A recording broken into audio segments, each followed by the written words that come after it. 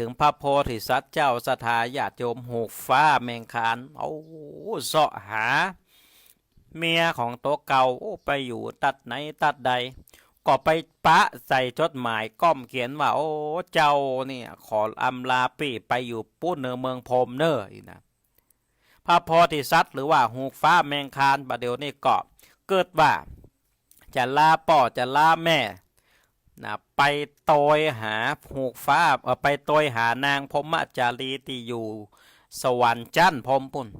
นะแต่ว่าจะไปโดยวิธีการใดจะปะก่อ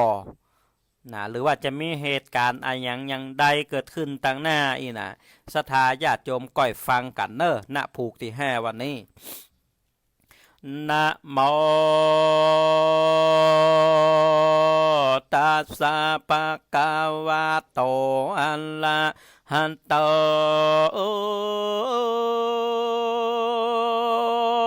สัมมาสัมพุทธัสสะ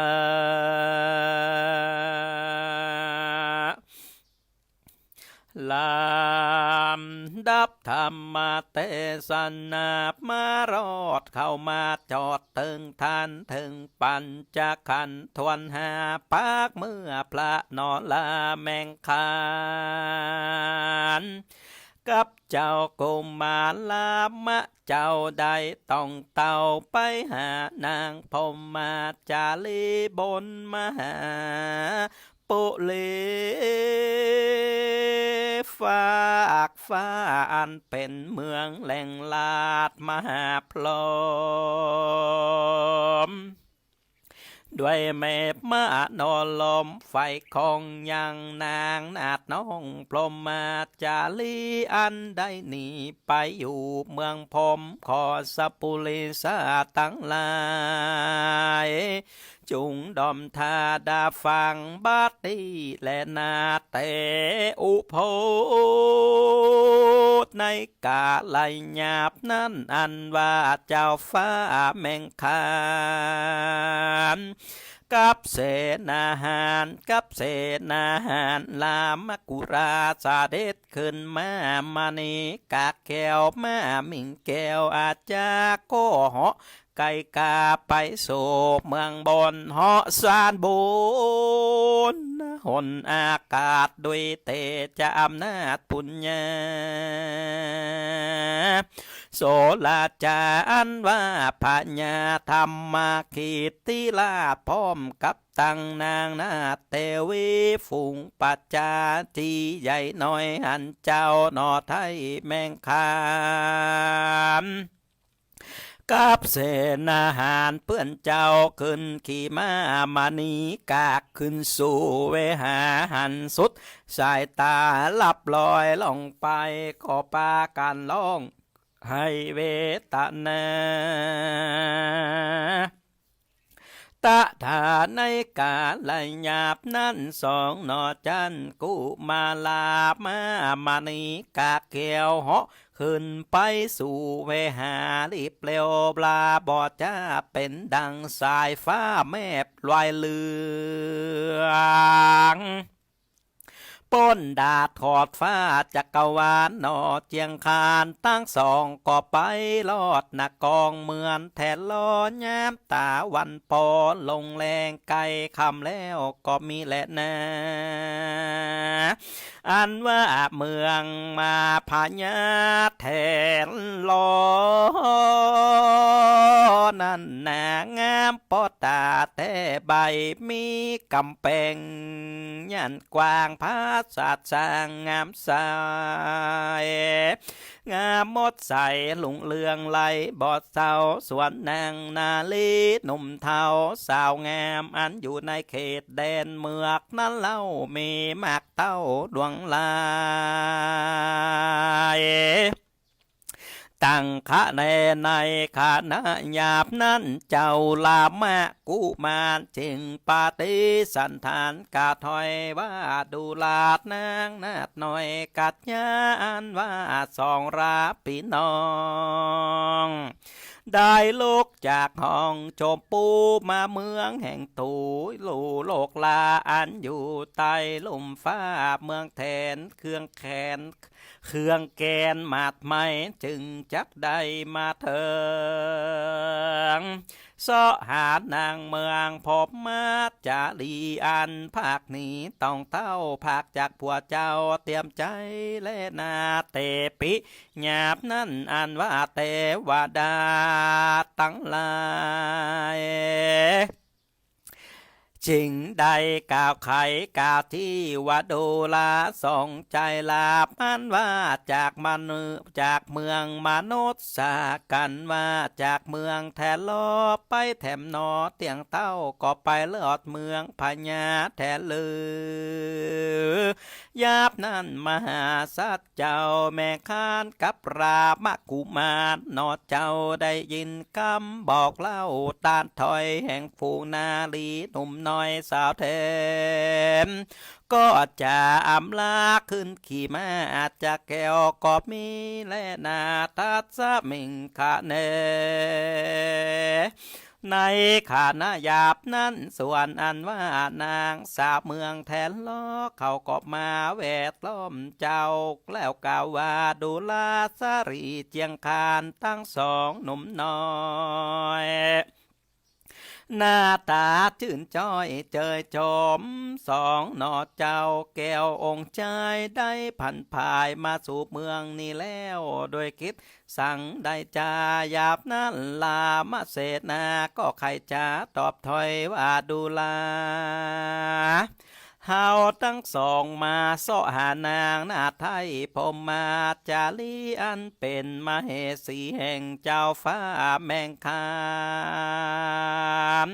ขอจุงบอกหนตาหือแก่ข้าตั้งสองพ่องแด่เธอตะทาในกาลยาบนั้นอันว่า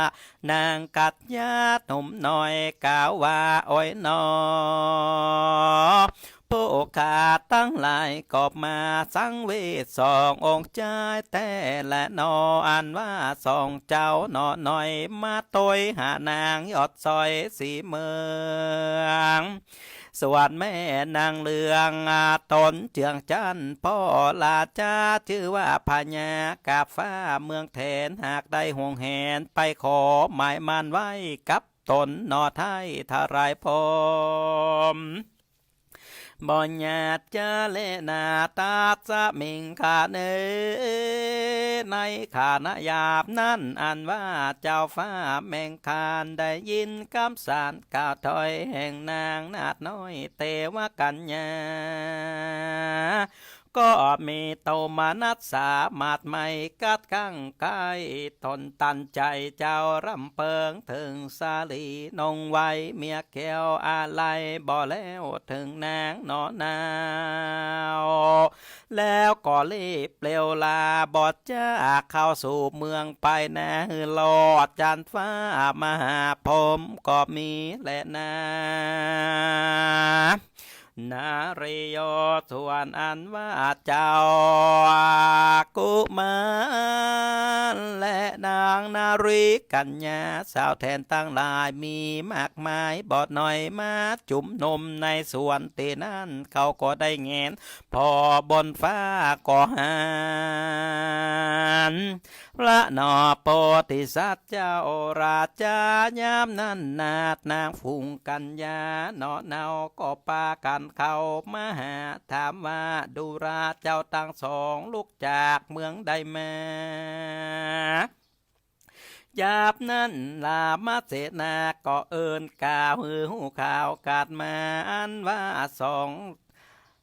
เราใจมารอดนี้ก็หากลุกจากเมืองมนุษย์สาพุ่นมาเปื้อมาต้อยหานางผมมาจะดีอันภาคนี้เจียนจากเมืองมนุษย์ชาติโลกาเอาตนนี้คืนมาสู่เมืองทลายพรมก็มีแหละนาตาปิเตวะกัญญาส่วนอันว่านางเตวะดาตั้งหลายได้ฟังคำใจกล่าวแล้วหมู่นางแก้วสาวสวรรค์ก็ปากันว่าดูราตันตั้งสองเขืออันว่าสลีบุญเขือบอดเศร้านางพรหม จะดีหากได้ไม่กู้เฝ้าพระเจ้ากาฟ้าเจ้าไปมั่นหมายจากเอาแม่นายไปเป็นอากาเตวีและนาโสมหาสัตโตอันว่ามหาสัตเจ้าได้ยินฟังกำเล่าจากขานก็มีความตุกผ่านไม่เอากัดกั้งใกล้ใจตนเกิดเติงหาเมียควันอกตันนักนองให้ลำลองไปมาตัดจะมิงคะเนยาบนั้นลาบมาเสนาก็ปากันจะทำถอยนางนัดน้อยเตว่ากันยาว่าหนต่างพ้นจากเมืองแทดนี่เล่าจักไปลอดเมืองแทนในจ้าหมู่เตว่ากันยาก็ใครจะว่ากันพ้นจากเมืองแทนคำนี้ก็ไปลอดเมืองแทนหวานก็มีแหละนาตัดสะตังกระทังสดตัวกันว่าสองพระเป็นเจ้าได้ยินกำจ่าแห่งเตว่ากันยาบอกแล้วส่วนเสนาแก้วเตรียมใจก็จากกำใหญ่เล่าโลมควันเจ้าฟ้าวดูลาพี่เป็นเจ้าจงอดบันเตาเสียอย่างความกังวลจงเมตตาเตรักษาใจตนเมื่อยามเมภัยมาถูกต้องจงก้อยพิจารณาจงก้อยบันเตาอย่างความโศกเศร้าแล้วต้องเต้าประกาศต่างกันเจ้าลามากล่าวห้ามนอเจ้าแมงคานแล้วก็ปากันกาดแก้วอำลายังหมู่นางกัดญาติหนุ่มเนาขึ้นขี่ม้าเตียวต่างมณีกากเหาะขึ้นสู่ฟ้าโดยลีลาดอันงาบนักหนาก็ไปสู่สะนองน้ำใหญ่กลางป่าไม้มาปานดังมาจะในตัวเจียงคาเลิศแล้วก็เหาะโดยอิทธิฤทธิ์ของตัวเหาะดันมาหาเมโคปอมเมฆฟ้าก็ถึงเมืองแทนวานอ่านว่าสถานเมือกในเล่าหากมีลมกัดลมเย็นเป็นลมเน็ตสึงกระด่างเมยหมอกข้างมืดกุมอยู่น้ำนาในลาทีกลางคืนนั้นลุงเจ้าฝูงนาลีหนุ่มนาวลวงลายมี180,000หมู่เตวกัญญาเหล่านั้นก็ปากันมาจมนมเต้สวนโอทายานหันเจ้าแมงคานกับลามะเสนาอันเตียวมาต่างอากาศโดยมณีกากแก้วมาลงเมืองในเมืองนั่นแล้วจุคนก็มีแลนาตามัดทางปากคาเซนโตสัทธาอาสัทธาสัพปัญโยเจ้าอาโตเป็นโคข้าวจักบอกเล่าอย่างในตาลไปหลังปางเมื่อพุทธังไปหลอดเมืองเกียวแทนวานบ่เฮอมีการสลังพระจึงตั้งเป็นบาลีว่ามโนสาปรมาทาจาริโนตันแห่พิเขาเวดูลาภิกขุตั้งหลายเฮ้ยปางเมื่อพญาแมงคานกับเสนาหารลามาเจ้าไต่เต่าถึงเมืองเขตพญาแทนวาดยามนั้นมงนางน้อยหน้าเตว่ากัญญาก็ปากันมาหอมล้อมแล้วถามเจ้าหนอไทยแมงคานอันโมนางสาเมืองแทนวาดล้อมไว้สวมลามาเสนาก็ถูกยับเอาไว้สันเดียวโมนางกัดยาล้อมส่องเจ้าไว้พับเสียงไกวจุติสาพอไปทางใดนาบ่พดป่องเสียงไข่เสียงหัวร้องสนั่นเนืองนานยาบนั้นโมสลีนางเมืองจาฟ้า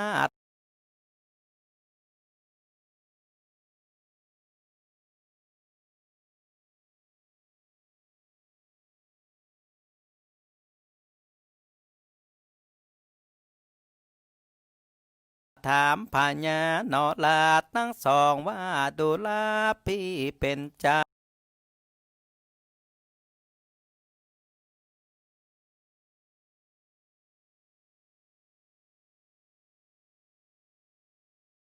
การว่าสองขาลูกจากเมืองมนุษย์เหตุเจ้าฟ้า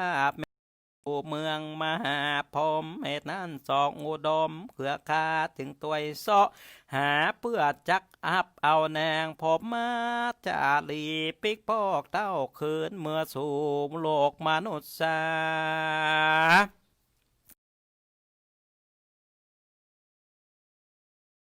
ในกาลยาบนั้นเหล่านางตั้งหลายก็บอกข่าวแก่นางพรหมจารีนอไทยโปติสัตว์เจ้าก็มีและนาโซปติสัตว์เตอก็มีนาบ่อบานมอกอยู่เจ้าบ่ออูฟูเจียนจา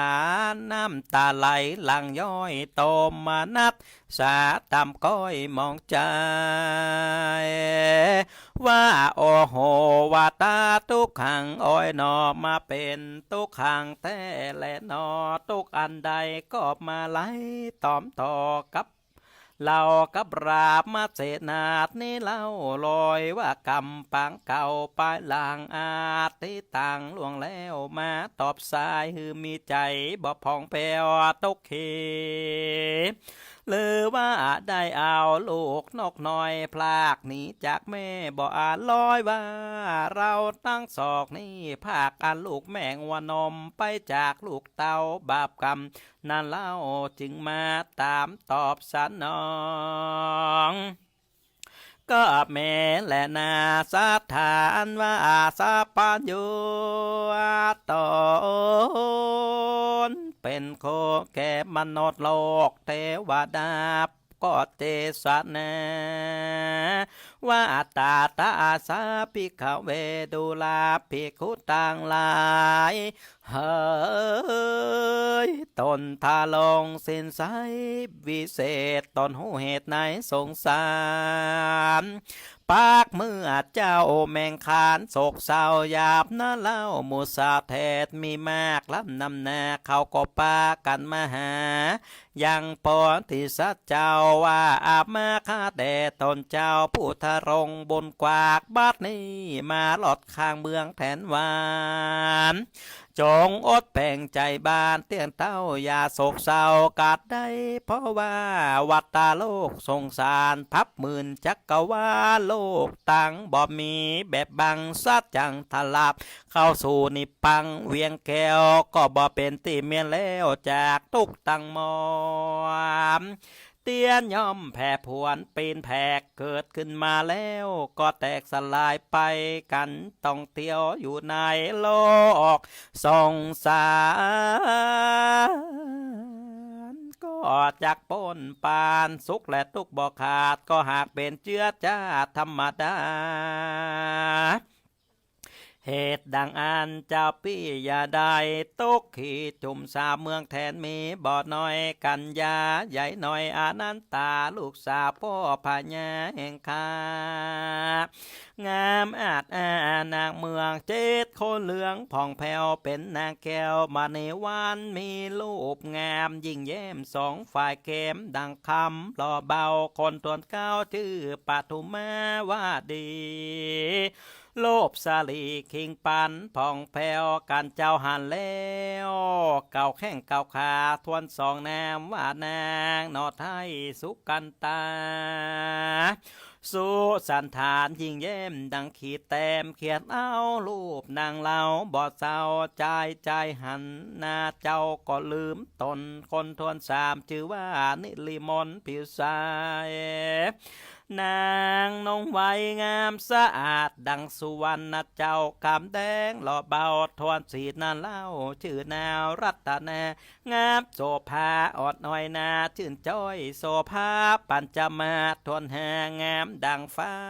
สาวสวามเจอสุวรรณจอมตันทวนหกชื่อนางจันตาภาทวนเจ็ดนั่นนะชื่อนางกัลยาเน ก็มีหันแลนะโทปอติสัตโตอันว่าเจ้าฟ้าแมงคาป้อมกับต่างเศษนาหารจึงกล่าวกับวอนว่าดูลาดนางชายสามอนมวลหมู่อันอยู่ในเมืองแทนบัดนี้สองข้าหากมีความเกืองห้อนไม่เตียวไตมากาหนตากายขอเพิ่งบุญแฝงฝ่ายเอือกับพญานอเนื้อพญาแทนหวานก็มีแลนาโทปวติสัตโตอันว่ามหาสัจเจ้าจึงกาอูกับไปว่าดูลาเสนาเตรียมใจผู้ฉลาดเป็นสหัชาติเรามาตั้นจุงไปหาไม้และลัวมาสุ่มไฟเวทมากาลานี่คำลาอ่อนจอนสวนเมืองนครแทนนี่ก็มาเป็นที่เย็นใจกัวมามณีกะแก้วจักแนวเต้นำนายาบนั้นเจ้าลาบมาเศษนามาจึงรีบไต่เต้าไปหาถามนางกัดยาบม้วนหมูว่าดูรานางตั้งหลายเอ่ยอันว่าเมืองแทนหวามเป็นฤดูกาลหนาวเย็นเตียงเต้าส่วนตนปีเจ้าแมงคานใจแต่งวานือขาดตกแต่งไปเอาไม้ลัวจักไปสุมไฟแวดถือมาแก้วขอดนางจุงกุนนาพ่องเตอยาบนั้นนางเตว่ากันยารู้แล้วก็ปากันไปซ้อหลวบมาฮือเจ้าเป็นตียั่งเศร้าลับนอนยาบนั้นสองเต้าผู้ทอนก็เอาหลวบมาแวดสุมไว้ยังตัวมานี้กะแก้วจิไฟฮือลูกแล้วเร็ววายมาเนใสกาแก้วยินแล้วอุ่นงานใจเหตุว่าได้หิงไฟก็มีอันและนารัตติญาในกาหลักคืนนั้นส่วนอันว่าเจ้าสองกูมาดก็ปากันไปแอวเรนตามใจลวดบอกเห็นอะไรยังมากี่คนลวดเลยไปถึงกลางหัวใจหยาบนั้นโมนางสรีคิงใหญ่เรียกร้องว่าขออันเชิญสองปีน้องขึ้นมาสู่พางกาเวทใจญาภาษาเชิญเจ้าน้อยราชมาไว้เพื่อใครอยู่ใกล้สองเจ้าเมืองไก่โลกไตว่าอันป่าถูกมาว่าดีเจิญพระแก้วไทยผู้บานส่วนสารีคิงบานน้องเจ้าเจิญยังลามาเจนาขึ้นสู่ราชนิเวศด้วยคำวอนหอมเป็นที่มูตูแก่เจ้าตั้งสองก็มีหันและนาเนติตาขีญาส่วนเจ้าหูฟ้าแมงคานปลูกทวนหาปากเมื่อสองเจ้าเนาะลากูมานขี่มานีกากขี่ม้ามานีกากเหาะไต่ยานขึ้นสู่อากาศไปราดเมืองแทนความเครื่องแกนหมาดไม่จักมีแก่เจ้าสองไทยสัตว์ใดก็จุงรอไปปลูกนาก็บางกอมสมเลศสาเดชเอา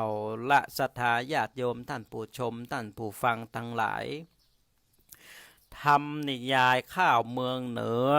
เรื่องหูกฟ้าแมงคานผูกตีห้าก็จบลงไปแล้วนะก็เป็นตอนที่พระโพธิสัตว์เจ้ากับหนุ่มลามะเสนาอามาตย์สองคนกับม้าแหมหนึ่งตัวม้าตัวนี้นะศรัทธาญาติโยมเป็นม้าวิเศษนะเหาะเหินเดินอากาศได้ก็ปากันไปเสาะหานางพมจารีที่อยู่เมืองจันพรมโอ้โหศรัทธาญาติโยมเมืองนี่ไก่แสนไก่ในระหว่างตีเหาะขึ้นไปสู่เมืองมหาพรมนั่นศรัทธาญาติโยมก็ปะสวรรค์จันฟ้านะเมืองต่างๆตีอยู่ในเมืองสวรรค์จันฟ้าโอ้มีผ่านมาหลายเมืองแรก เมืองพญาแถนลอเมืองที่สองเมืองพญาแถนหวานนี่เนาะเมืองที่สามเมืองพญาแถนคำนี่เนาะโอ้แต่ละเมืองนี่อยู่ห่างไกลกันเป็นร้อยเป็นพันโยชน์สถาญาติโยมพระโพธิสัตว์ก็กับลามะเสนาก็ปากันไปเสาะหานางพรหมจารีซึ่งอยู่เลยนะไปปุ่นบนสวรรค์จันทร์มหาพรหมปุ่นบอกว่าจะไปหอดไปเ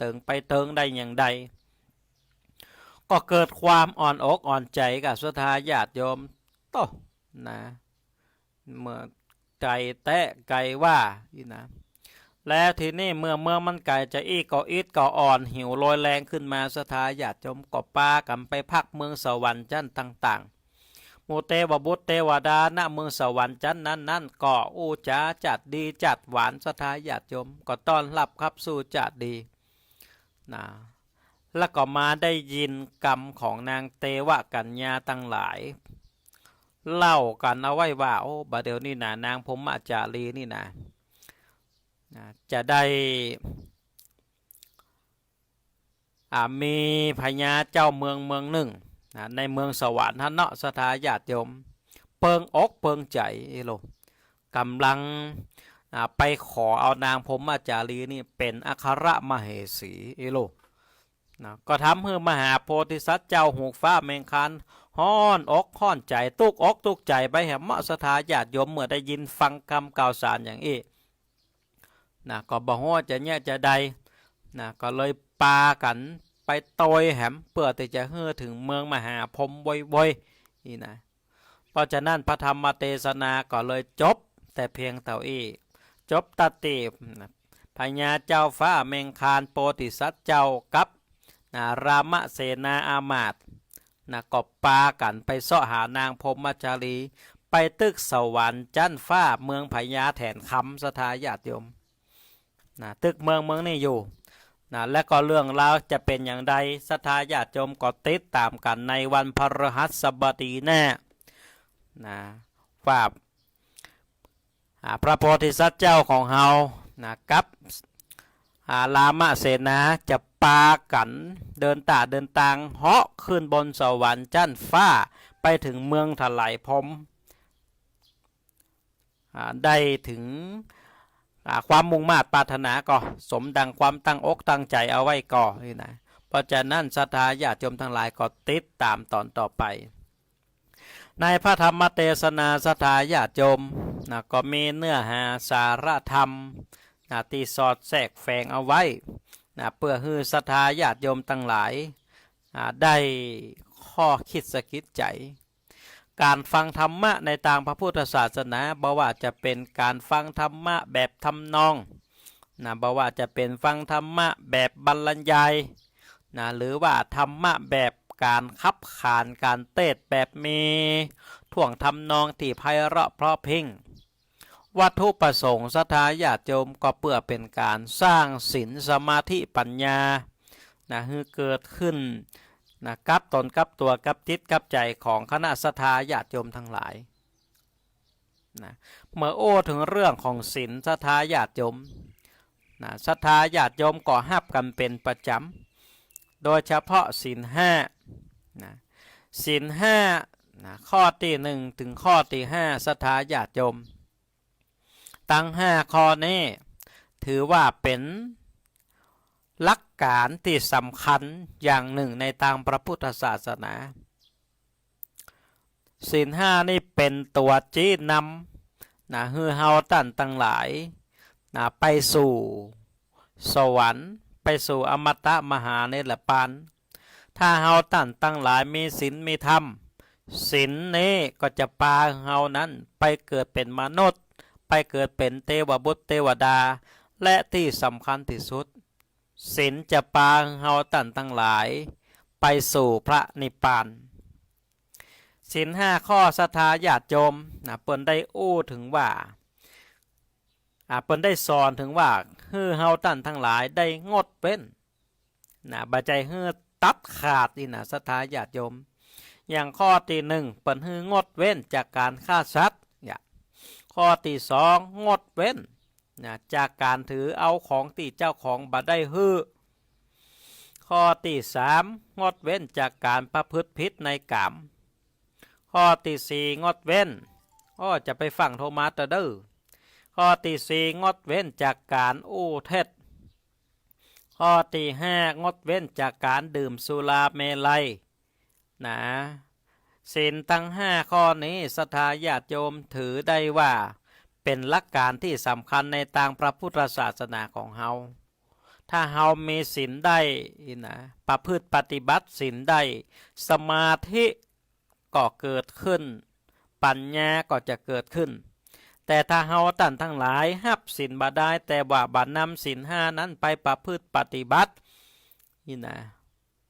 ล่วงกฎเกณฑ์ที่เปิ้นวางเอาไว้มันก็ยากอยู่ศรัทธาญาติโยมที่เฮาท่านทั้งหลายจะทำจิตทำใจให้เกิดสมาธินะและก็จะเกิดปัญญาศึกษาเรียนรู้ในหลักธรรมคำสั่งสอนขององค์สมเด็จพระสัมมาสัมพุทธเจ้าได้เพราะฉะนั้นนะเฮาจะต้องรักษาศีลห้าที่เปิ้นวางไว้นั่นให้ครบในห้าข้อนี้เนาะเฮาก็พยายามนะประพฤติปฏิบัติให้มันครบจะไปให้ศีลมันเศร้าหมองศีลเปิ้นเป็นสิ่งที่วางไว้ให้เฮาท่านทั้งหลายได้เตือนจิตเตือนใจเฮาให้เฮาท่านทั้งหลายนั้นนะบ่ประมาทในชีวิตถ้าเฮาประมาทศรัทธาญาติโยมก็หมายความว่าเฮาเป็นคนขาดสติเมื่อเฮาขาดสติแล้วศรัทธาญาติโยมปัญญามันก็จะเกิดขึ้นได้ยากจากนั้นศรัทธาญาติโยมเฮาท่านทั้งหลายจะต้องรักษาศีลห้าให้ได้นะอย่างน้อยการไหว้พระการสวดมนต์นั่งเจริญสมาธิภาวนาก็เป็นการยังศีลทั้งห้าข้อนี้ให้มีความสมบูรณ์นะเพราะว่าในขณะที่เฮาท่านทั้งหลายโยมพ่อโยมแม่ทำวัดสวดมนต์ไหว้พระนั่งเจริญสมาธิภาวนานี้ศรัทธาญาติโยมศีลสมาธิปัญญาก็จะเกิดขึ้นแต่ถ้าเฮาบ่ได้นะไหว้พระบ่ได้สวดมนต์นี่เนาะนะเฮาไปทำธุระปะปังที่อื่นนี่เนาะเฮาท่านทั้งหลายก็สำรวมกายวาจาใจเอาไว้ให้มั่นนะว่าเฮาจะบ่ล่วงละเมิดศีลห้าศีลแปดที่เฮาได้สมาทานเอาไว้ศีลก็ขึ้นได้อยู่ศีลก็ขึ้นชื่อได้ว่าได้อยู่กับตัวศรัทธาญาติโยมนะเพราะฉะนั้นก็เนื้อหาสาระธรรมวันนี้นะเฮาจะมาสังเกตเห็นได้ว่าอาจจะมีอยู่สองอย่างตัวกันก็คือว่าเมืองมนุษย์กับเมืองเทวดาเมืองมนุษย์กับเทวดานั้นศรัทธาญาติโยมแยกกันอยู่คนละภพคนละภูมินะแต่ว่าคนที่มีศีลมีธรรมต่ออนัศรัทธาญาติโยมถึงจะสามารถจะขึ้นไปบนสวรรค์จันฟ้าได้นะก็เพราะว่าอย่างศรัทธาญาติโยมท่านผู้ฟังทั้งหลายนะคนที่มีศีลห้าก็คือว่ามีกายวาจาใจบริสุทธิ์ผ่องใสเมื่อเขามีกายวาจาใจบริสุทธิ์ผ่องใสโอกาสที่จะเข้าถึงสวรรค์จันฟ้านั้นก็มีอยู่นักนะเพราะฉะนั้นศรัทธาญาติโยมทั้งหลายตามหลักของพระพุทธศาสนานะมีอยู่3เมืองด้วยกันเนาะก็คือว่ามีเมืองมนุษย์นะมีเมืองสวรรค์นะแล้วก็มีเมืองมรณะนะคนที่เปิ้นรักษาศีลห้าครบเปิ้นก็จะอยู่ในเมืองมนุษย์และก็เมืองสวรรค์นะคนที่เปิ้นบ่รักษาศีลห้านะทำบาปอยู่เป็นประจำทุกวันเนืองนิดนะบ่สำรวมกายวาจาใจก็จะตกเมืองมรณะเมืองมรณะนั่นก็คือว่าเป็นเมืองที่อยู่แล้วเดือดร้อนอกร้อนใจร้อนตึงกายร้อนตึงใจนะเหมือนกับว่าเฮาท่านทั้งหลายไปเนี่ยไอ้หยังบัดดีบัดงามขึ้นมาอีนะมันก็จะฝังอยู่ในจิตในใจนะมันก็เกิดความร้อนอกร้อนใจมันก็เกิดความวุ่นวายอยู่ในจิตใจนั่นนะศรัทธาอันนี้เป็นห้องว่าเมืองมรณะนะเพราะฉะนั้นศรัทธาญาติโยมทั้งหลายก็นำศีลห้านี้ไปประพฤติปฏิบัติใจบัดได้ข้อ1ก็เอาข้อที่2บัดได้ข้อ2ก็เอาข้อ3บัดได้ข้อ3ก็เอาข้อ4 มาได้ข้อสี่ก็เอาข้อห้ามาได้สักข้อนี่ศรัทธาญาติโยมอันนี้ถือว่าบ่เป็นมนุษย์แล้วนะศรัทธาญาติโยมคนที่เป็นมนุษย์ที่สมบูรณ์นั้นได้ชื่อว่าเป็นมนุษย์ก็จะต้องรักษาศีลห้าให้ได้อย่างน้อย5ข้อนี้ได้ข้อใดข้อหนึ่งก็ดีนะถ้าว่าบ่ได้สักข้ออีนะศรัทธาญาติโยมนะถือว่าเป็นมนุษย์ที่สมบูรณ์ตายแล้วไปเกิดใหม่เตอะอีนะ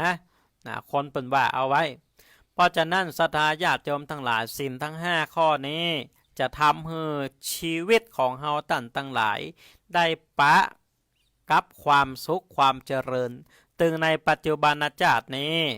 และในอนาคตชาติอนาคตการที่จะมาเกิดขึ้นตั้งหน้าถ้าเฮาตั้งหลายอยากจะไปเกิดเป็นเทวบุตรเทวดา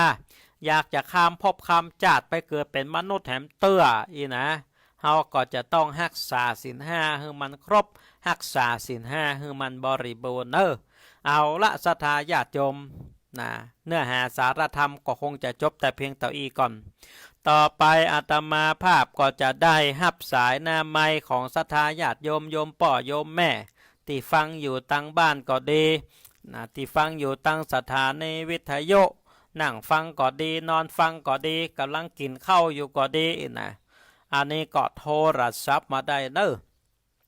เบอร์โทรวัดหนองยาวศรัทธาญาติโยม0899558998เอาละเปิดสายหน้าไมค์ไดละศรัทธาญาติโยมโทรมาให้กำลังจิตกำลังใจซึ่งกันและกันมันก็จะเป็นเหตุเป็นปัจจัยคือเฮาตั้งหลายได้ปะได้พบกันเนาะแล้วก็จะทำให้เกิดความสนิทสนมขึ้นไปในตัวเอาละศรัทธาญาติโยมโทรมาโยมพ่อโยมแม่เบอร์โทรศัพท์วัดหนองยาวก็0899558998สายที่1โทรมาแล้วเจริญปอนเจริญปอนบ่ได้ยิน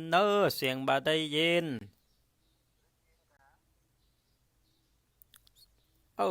บ่ได้ยินชัดเนาะ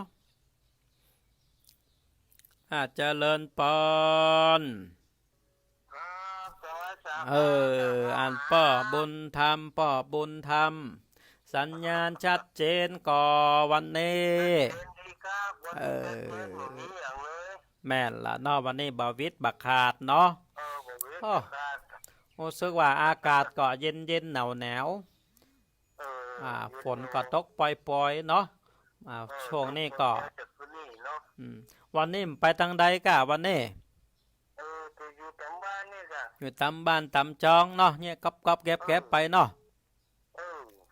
เอาละจะได้โมทนาป้อบุญธรรมติโทรมาเป็นสายแรกจาโตเหมือนกันเจริญปอนแฮมสาย1โทรมาแล้ว9170เจริญปอน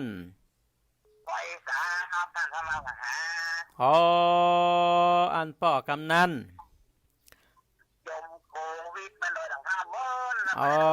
สบายดีเนาะแม่นละบัดนี้มันกระจายไปทั่วละบัดนี้เนาะโมทนาไปถึงยังเจ้าของสถานีเปิ้นต้อยเนาะก่อนหน้าเนาะ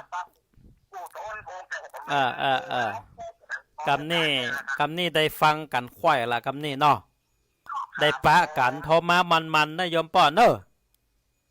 เอาละจาตุโมทนา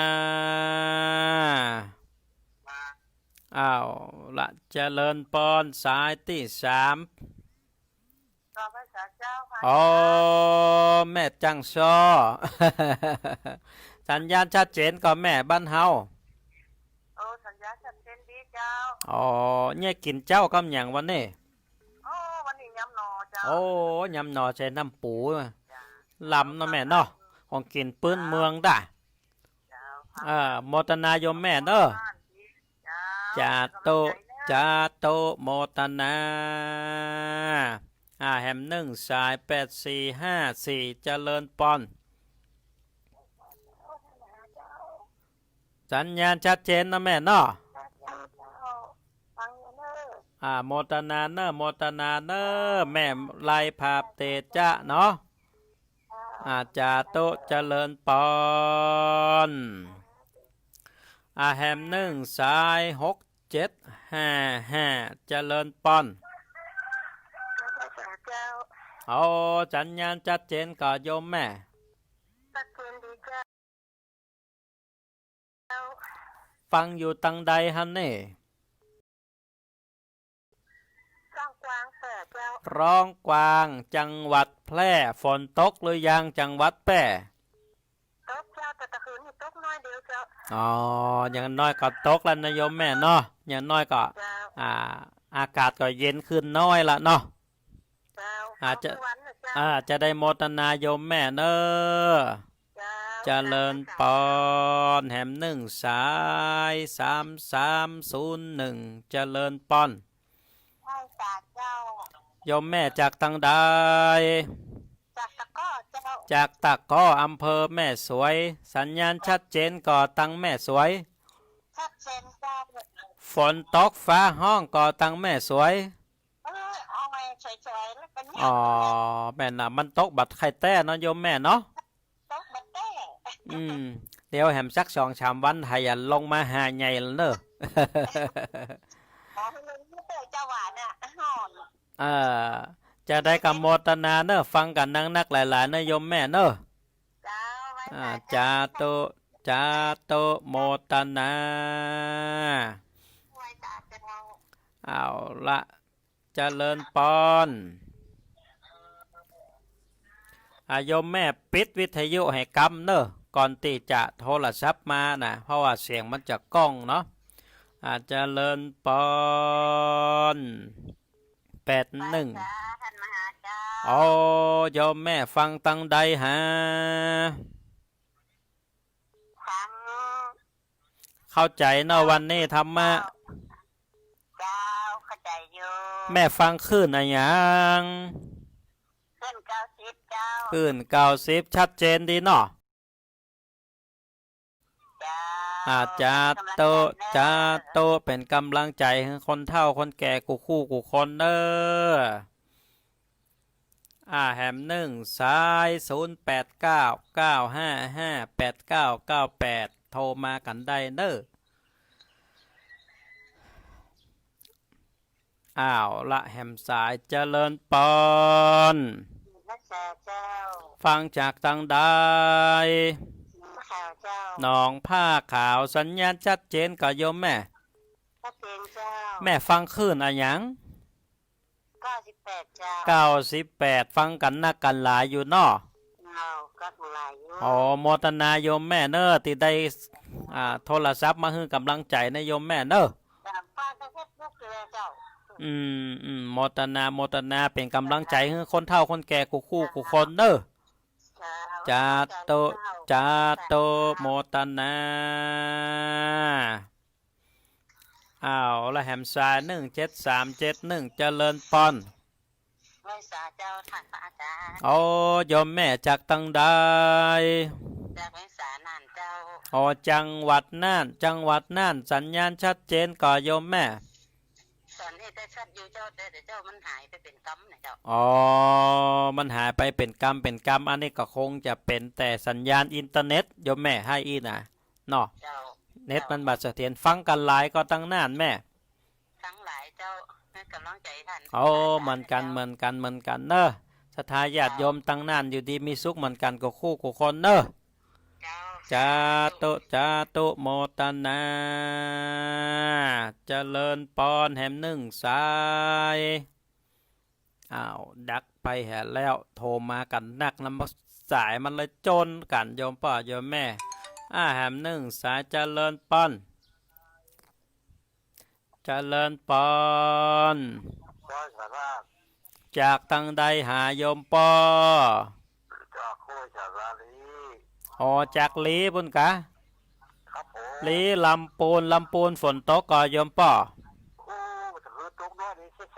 นกไปดินลานี่ฮะ อ๋ออากาศก็เย็นขึ้นมาพ่องแล้วเนาะ นะ อากาศก็เย็นขึ้นมาพ่องแล้วเนาะ อากาศดีขึ้น อืม ฟ้าห้องฟ้าจานขนาด จะได้กับโมทนากับโยมป่อเนอติดโทรมาให้กำลังใจเนอจาโตโมตนานะแบ่งกันคนหน่อยเนาะสายโทรมานัก อาจจะเลินปอน ไปสาหันพระอาจารย์ครับ จากทางใดหา ซื้อวันนาแดงอำเภอนาน้อยนะครับนี่ อำเภอนาน้อย โอ้โยมป่อชัดเจนเนาะสัญญาณเนาะ ครับชัดเจนดีครับท่านครับ ฝนตกก็ตั้งป้น บ่อันเดี๋ยวนี้บทโต๊ะครับใน2 วันไม่เนาะ ดีละก็จะได้จุ่มจะได้เย็นเนาะ ครับเมื่อไปทำไปเศรษฐวันกับที่นอนทอดเนี่ย เอาหมออ้อยหมอมันได้หันสายฟ้าสายฝนก็เอาเนาะ ครับ โมตนาเนอ ไปสาครับ จาโตโมตนาเหมือนกันอยู่ฟังไปเรื่อยๆเนาะอาจจะเลินปอนจากตังใด